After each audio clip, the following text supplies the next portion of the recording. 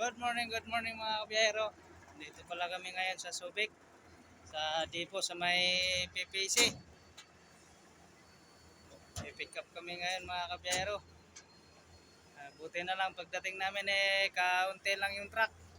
Sana makargahan agad mga kabiyahero ko. Ayan, wala pang ganong truck ko. Tatlo lang kami sa labas. So, may 4 na truck sa loob.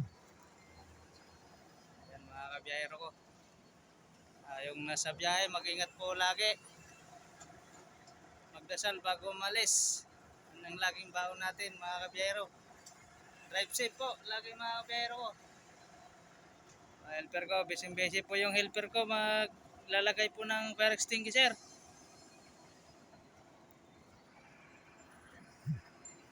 Ayan, mga kabiyahero.